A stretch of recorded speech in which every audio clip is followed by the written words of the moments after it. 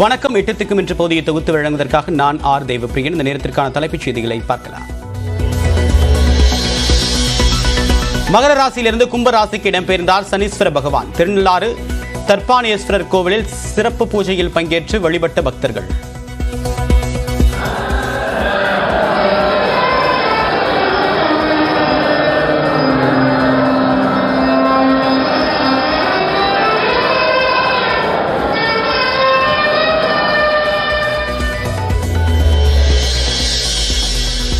தமிழக செஸ் வீராங்கனை வைஷாலி, கிரிக்கெட் வீரர் முகமது ஷமி உட்பட 26 விளையாட்டு வீராங்கனைகளுக்கு அர்ஜுனா விருது. தமிழக செஸ் பயிற்சியாளர் ஆர்.பி. ரமேஷுக்கு ஜனவரி 9ஆம் தேதி துரோணாச்சாரியார் விருது வழங்குகிறார் குடியரசுத் தலைவர். விளையாட்டில் சாதனை படைத்தவர்களுக்கான மேஜர் தயான்சந்த் கேல் ரத்னா விருது 2 பேருக்கு அறிவிப்பு. பேட்மிண்டன் இணை சிராக் சாத்விக் ஆகியோருக்கு விருது வழங்குகிறது மத்திய அரசு. தூத்துக்குடி மாவட்டத்தில் நாளையும் பள்ளி கல்லூரிகளுக்கு விடுமுறை. நெல்லை மாவட்டத்தில் பள்ளிகளுக்கு மட்டும் விடுமுறை அறிவிப்பு.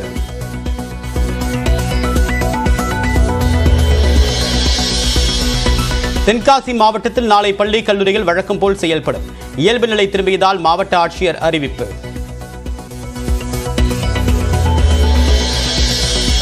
நெல்லை மாவட்டத்தில் மழை வெள்ள சேதங்கள் கணக்கெடுப்பு தொடக்கம். 27,000 ஹெக்டேர் விவசாய நிலங்கள், 18,000 கால்நடைகள் உயிரிழந்திருப்பதாக நியூஸ் 18க்கு மாவட்ட ஆட்சியர் கார்த்திகேயன் பேட்டி. தூத்துக்குடி மாவட்டம் ஏரல் அருகே ஆற்றுப்பாலம் துண்டிப்பு. வெள்ளம் கரை புரண்டு ஓடுவதால் போக்குவரத்து பாதிப்பு.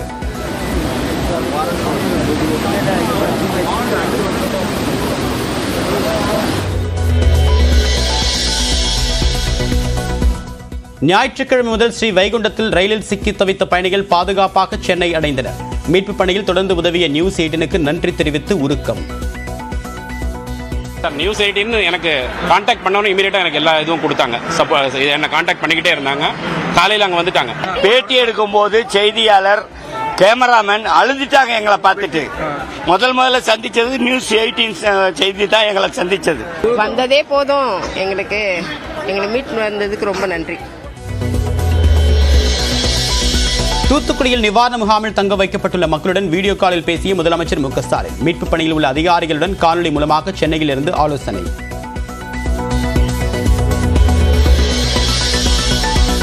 தூத்துக்குடியில் வெள்ள பாதிப்பு குறித்து மத்திய குழுவினர் ஆய்வு. கே.பி. சிங் தலைமையிலான குழு படகில் சென்று ஆய்வு நடத்தியது. தூத்துக்குடி மாவட்டத்தில் வெள்ளம் சூழ்ந்த ஏரல் பகுதியிலிருந்து அமைச்சர் அனிதா ராதாகிருஷ்ணன் மீட்பு. தீயணைப்புத் துறையினர் பத்திரமாக மீட்டு அழைத்து வந்தனர்.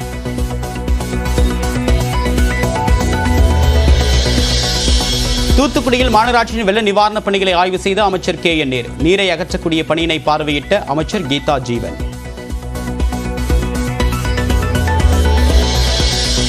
ஸ்ரீ வைகுண்டத்தை சுற்றியுள்ள கிராம பகுதிகளில் வடிந்து வரும் மழைநீர் பல இடங்களில் சாலையில் தெரிவதால் மெல்ல மீண்டு வரும் இயல்பு நிலை.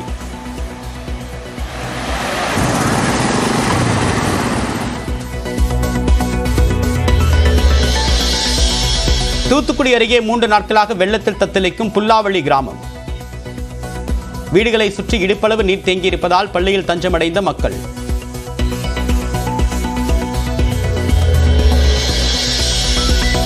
புல்வாவளி பகுதியில் பாதிக்கப்பட்ட மக்களுக்கு நிவாரணப் பொருட்கள் விநியோகம். நியூஸ் 18 தமிழ்நாடு செய்தி எதிரொலியாக மாவட்ட நிர்வாகம் நடவடிக்கை.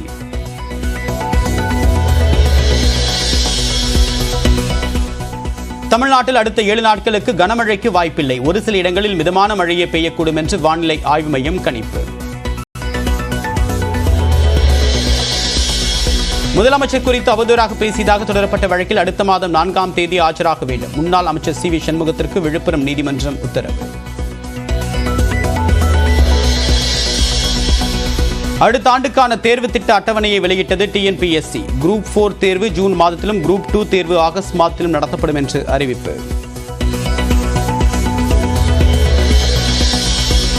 எழுத்தாளர் தேவி பாரதிக்கு இந்த ஆண்டுக்கான சாகித்ய அகாடமி விருது அறிவிப்பு. நீர்வழி படுவோம் என்ற நாவலுக்காக விருதை அறிவித்தது தேர்வுக்குழு. சட்டமன்றத்தின் அனைத்து நடவடிக்கைகளையும் நேரடியாக ஒளிபரப்பு செய்ய வேண்டும் என்பது அரசியல் சட்டப்படி கட்டாயம் இல்லை. நேரடி ஒளிபரப்பு என்பது சூழலை பொறுத்தது என்று விஜயகாந்த் வேலுமணி கோரிக்கை குறித்து உயர்நீதிமன்ற தலைமை நீதிபதி விளக்கம். கிறிஸ்துமஸ் மற்றும் தொடர் விடுமுறை ஒட்டி சிறப்பு பேருந்துகளை இயக்க அரசு விரைவு போக்குவரத்து கழகம் ஏற்பாடு 22 மற்றும் 23 ஆகிய தேதிகளில் கூடுதலாக 640 பேருந்துகள் இயக்கப்படும் என்று அறிவிப்பு.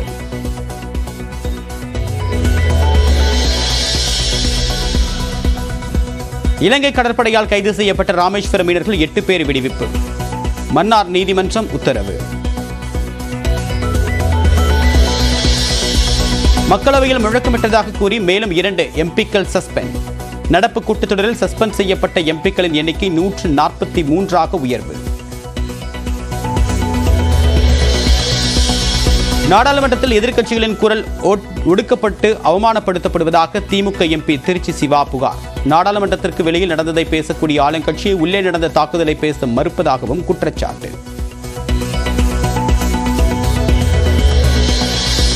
கேரளா, கர்நாடகா உள்ளிட்ட 5 மாநிலங்களில் அதிகரிக்கும் கொரோனா பரவல். சுகாதார சூழல் குறித்து தயார் நிலையில் குறித்து ஒத்திகை நடத்த மாநிலங்களுக்கு மத்திய சுகாதாரத்துறை அமைச்சர் அறிவுரை.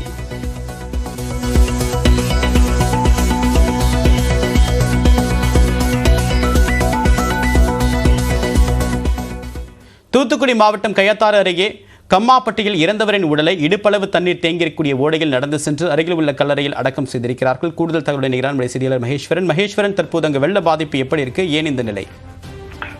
தேவப்பிரியன், தொடர்ந்து பெய்த கனமழை காரணமாக தூத்துக்குடி மாவட்டம் கயத்தாறு இருக்கக்கூடிய கம்மாப்பட்டி கிராமத்தில் இருக்கக்கூடிய கண்மாய், ஓடை ஆகியவை முழுவதுமாக நிரம்பியுள்ளது. இந்த ஓடையை தாண்டி அந்த கிராமத்திற்கான கல்லறை ஒன்று உள்ளது. ஒவ்வொரு மழையின் போதும் ஓடையில் தண்ணீர் தேங்கும் போது இறந்தவர்களின் உடலை கல்லறைக்கு மிகுந்த சிரமத்துடன் அங்கு கொண்டு சென்று வராங்க. அந்த ஓடை பகுதியில் பாலம் அமைத்தர வேண்டும் என்பது கம்மாப்பட்டி மக்களின் நீண்டகால கோரிக்கை. ஆனால் அரசு அதிகாரிகள் எவ்வித நடவடிக்கை எடுக்கவில்லை. தற்போது பெய்த கனமழையின் காரணமாக அந்த ஓடை முழுவதும் நிரம்பியிருக்கு. அது மட்டுமல்ல, அந்த கல்லறை முழுவதும் மழைநீர் தேங்கியிருக்கு. இந்த சூழ்நிலையில் அந்த கிராமத்தைச் சேர்ந்த மிக்கேல் சாமி என்பவர் உடல்நலக்காக நேற்று உயிரிழந்தார். நேற்றே அவருடைய உடலை அடக்கம் செய்திருக்க முயற்சி செய்தனர். ஆனால் தண்ணீர் அதிகமாக ஓடையில் சென்றதால் வேறு வழி இல்லாமல் நேற்று வைத்திருந்து இன்று அந்த உடலை அடக்கம் செய்வதற்கான முயற்சி எடுத்தனர். இருந்த போதிலும் இன்று பார்த்தீங்கன்னா இடுப்பளவுக்கு தண்ணீர் இருந்தது. அதையும் மீறி உடலை தொடர்ந்து வைக்க முடியாது என்பதனால அந்த இடுப்பளவு தண்ணீரை மீறி கொண்டு போய் இன்றைக்கு கல்லறையில் அடக்கம் செஞ்சிருக்காங்க. ஒவ்வொரு மழையின் போதும் நாங்கள் இப்படித்தான் பண்ணிட்டு வரோம். அதனால எங்களுக்கு அந்த ஓடை பகுதியில் ஒரு பாலம் கட்டித்தர வேண்டும். அது மட்டுமின்றி அந்த கல்லறையை சுற்றி ஒரு சுற்றுச்சூழல் அளித்து தந்தால் எங்களுக்கு இது போன்ற மழைக்காலங்களில் எவ்வித சிரமம் இல்லாமல் இறந்த உடலை கொண்டு செல்வோம் அப்படின்னு சொல்லியிருக்காங்க. அரசு அதிகாரிகள் இனியாவது நடவடிக்கை எடுக்க வேண்டும் என்பது அந்த மக்களின் எதிர்பார்ப்பா இருக்கு. தேவப்பிரியன், உங்களுடைய விரிவான தகவலுக்கு நன்றி மகேஸ்வரன். அர்ஜுனா விருது அறிவிக்கப்பட்டக்கூடிய வைஷாலி, துரோணாச்சாரியா விருது அறிவிக்கப்பட்ட பயிற்சியாளர் ரமேஷ் ஆகியோருடன் நம்முடைய செய்தியாளர் சடையாண்டி நடத்தக்கூடிய நேர்காணலை தற்போது பார்க்கலாம்.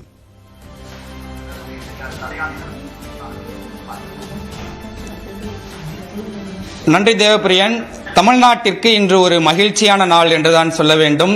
மத்திய அரசு அறிவிக்கக்கூடிய விளையாட்டுத் துறையில் உயரிய விருதான பயிற்சியாளருக்கு அறிவிக்கக்கூடிய துரோணாச்சாரியார் விருது சதுரங்க பயிற்சியாளர் கிராண்ட் மாஸ்டர் திரு ரமேஷ் அவர்களுக்கு அறிவிக்கப்பட்டிருக்கிறது. அதே போல் வீரர்களுக்கு அறிவிக்கக்கூடிய அர்ஜுனா விருது சதுரங்க நாயகி கிராண்ட் மாஸ்டர் வைசாலிக்கு அறிவிக்கப்பட்டிருக்கிறது. 2 பேருமே நம்மோடு இணைந்திருக்கிறார்கள். அவரிடம் சில கேள்விகளை முன்வைக்கலாம். நியூஸ் 18 தமிழ்நாடு சார்பாக இருவருக்கும் வாழ்த்துக்களை தெரிவிச்சுக்கிறோம். முதல்ல மாணவியிட்ட வர்றோம். கிராண்ட் மாஸ்டர் அந்தஸ்தை இப்பதான் எட்டி பிடிச்சிங்க. முதல் பெண்மணி அப்படின்ற ஒரு வரலாற்று சாதனையை நிகழ்த்தினீங்க. இந்த சமயத்துல அர்ஜுனா விருதும் உங்களுக்கு கிடைச்சிருக்கு.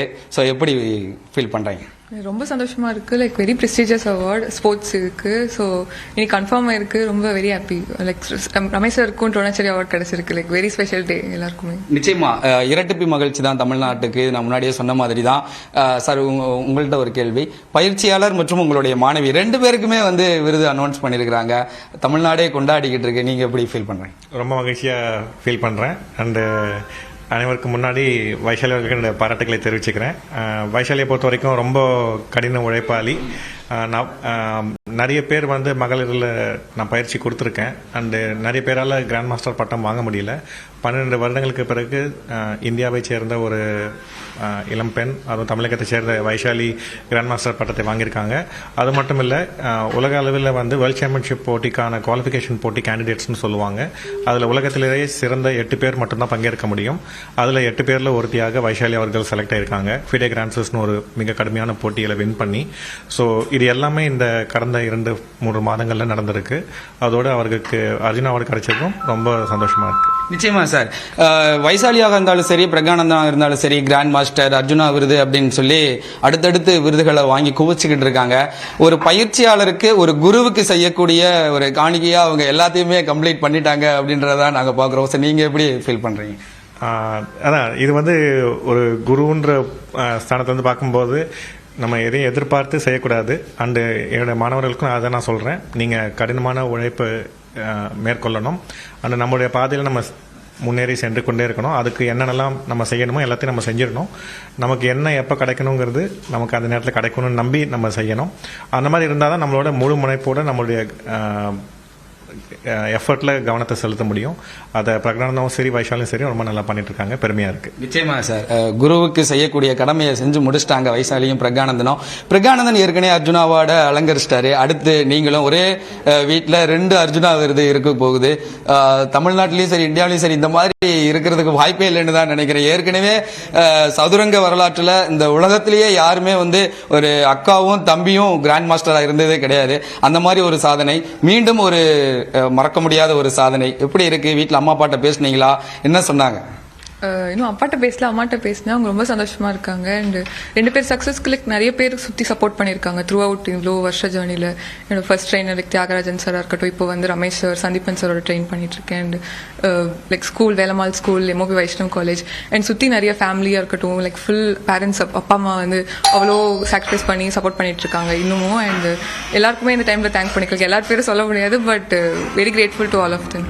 நிச்சயமா இந்த அர்ஜுனா விருது உங்களுடைய பொறுப்புணர்ச்சியை எந்த அளவுக்கு அதிகரிச்சிருக்கு அப்படின்னு நீங்க ஃபீல் பண்றீங்க? இல்ல, இப்போ கொஞ்சம் முன்னாடி தான் தெரிஞ்சிச்சு. இப்பதான் வந்து இதுவாயிட்டு இருக்கு. ஸோ இப்பதான் தெரியும். But very happy with. உங்களுடைய சதுரங்க வாழ்க்கைக்கு இந்த மாதிரியான அர்ஜுனா விருது எந்த அளவுக்கு ஊக்குவிப்பா இருக்குன்னு நீங்க ஃபீல் பண்றீங்க? இந்த விருதுகள் உங்களுக்கு எந்த அளவுக்கு உத்வேகத்தை கொடுக்குதுன்னு நீங்க நினைக்கிறீங்க? இல்லை, அர்ஜுனா அவார்டு லிஸ்ட் எடுத்தாலே லைக் பெரிய பெரிய ஸ்போர்ட்ஸ் பீப்புள் வாங்கியிருக்காங்க. ஸோ அதில் வந்து இப்போ நானும் ஒருத்தர் இருக்கும் போது லைக் யோசிக்கும் போதே ரொம்ப பெருமையாக இருக்கு. அண்ட் லைக் ஒரு ப்ரெஸ்டீஜியஸ் அவார்டு. ஸோ எனக்கு ரொம்ப ஹாப்பி வேர்ட்ஸில் சொல்கிறதுக்கு. நிச்சயமா தமிழ்நாட்டில் முதல் முறையாக அர்ஜுனா அவார்டு வாங்கினதே நம்ம தமிழ்நாட்டில் செஸ்ஸுக்கு தான் கிடைச்சிருக்கு அந்த முதல் அர்ஜுனா அவார்டும். ஸோ இப்போ அடுத்தடுத்து நிறைய பிரக்யானந்தன், வைசாலி, அடுத்து குகேஷ் ரெடியாக இருக்காரு. இப்போ இந்தியாவிலே நம்பர் 1 வேறு இருக்காரு. ஸோ சதுரங்கத்தில் தமிழ்நாடு தலை நிமிர்ந்து நிற்குது. 30 கிராண்ட் மாஸ்டர் 84ல் உலக அரங்கில் கேண்டிடேட் செஸ் டோர்னமெண்ட்டுக்கு 3 பேரை நம்ம அனுப்ப போகிறோம். ஸோ இதெல்லாம் என்ன உணர்த்துது சார்? தமிழ்நாட்டில் already mecca, chess mecca, capital of chess அப்படின்லாம் நிறைய சொல்லிக்கிறோம். ஸோ இந்த சாதனைகளை தக்க வைக்கணும், அடுத்த ஜெனரேஷனுக்கு நம்ம எடுத்துட்டு போகணும் அப்படின்னா ஒரு பயிற்சியாளராக என்ன சொல்ல விரும்பும்? கடின உழைப்பு தான் இதில் வந்து ஷார்ட்கட்டே கிடையாது. நிறைய பேர் வந்து மற்றவர்கள் இதில் ஆல்ரெடி பிரபலம் அடைஞ்சிருக்காங்க, நம்ம அந்த மாதிரி பிரபலம் அடையணும்னு நிறைய குழந்தைங்க வராங்க. அந்த மாதிரி வரக்கூடாது. நம்மளுடைய உழைப்பு மூலமாக நம்ம முன்னுக்கு வரணுங்கிறதுல அவங்க ரொம்ப கிளியராக இருக்கணும். சில மாணவர்கள் வந்து பயிற்சியாளரால் நம்மளால் ஒரு பெரிய பிளேயர் ஆக்க முடியும்னு நினைக்கிறாங்க. அந்த மாதிரி நம்மளுடைய பொறுப்பை வந்து அடுத்தவங்க கிட்டே விடக்கூடாது. நம்மளே அதுக்கான முழு பொறுப்பையும் நம்மளே எடுத்துக்கிட்டு என்னுடைய கடின உழைப்பாக தான் நான் முன்னுக்கு வருவேன்னு சொல்கிறவங்களால தான் பயிற்சியாளர் சொல்லிக் கொடுக்கறத உபயோகப்படுத்திக்கிட்டு அவங்களால நல்ல உயரத்துக்கு வர முடியும். ஸோ கடின உழைப்பு, அதை நம்ம அதுக்காக என்ன வேணா செய்யலாம், அந்த மாதிரி ஒரு மனப்பாக்கம் இருக்கணும். நிச்சயமா சார், நிச்சயமா. சதுரங்கத்தின் மூலமா தமிழ்நாட்டிற்கு மேலும் ஒரு மகுடம் சூட்டி இருக்கிறீங்க. மத்திய அரசு அறிவிக்கக்கூடிய விளையாட்டுத்துறை விருதுகள்ல உயரிய விருதுகள் 2 பேருக்கு, அதுவும் சதுரங்கத்திலிருந்தே தமிழ்நாட்டுக்கு கிடைச்சிருக்கு. தமிழ்நாட்டிற்கு, விளையாட்டுத்துறைக்கு இது ஒரு முக்கியமான நாள், மகிழ்ச்சியான நாள். கடின உழைப்பு இருந்தா எவராலும் சாதிக்க முடியும், எவராலும் யாருனாலையும் தொட முடியாத ஒரு உச்சத்தை தொட முடியும் அப்படின்றதுக்கு இந்த 2 பேர் தான் எடுத்துக்காட்டு. அவர்களுடைய வார்த்தையும் அதை தான் உணர்த்துகிறது. தேவப்பிரியன், உங்களுடைய விரிவான நேர்காணலுக்கு மிக்க நன்றி சடையாண்டி.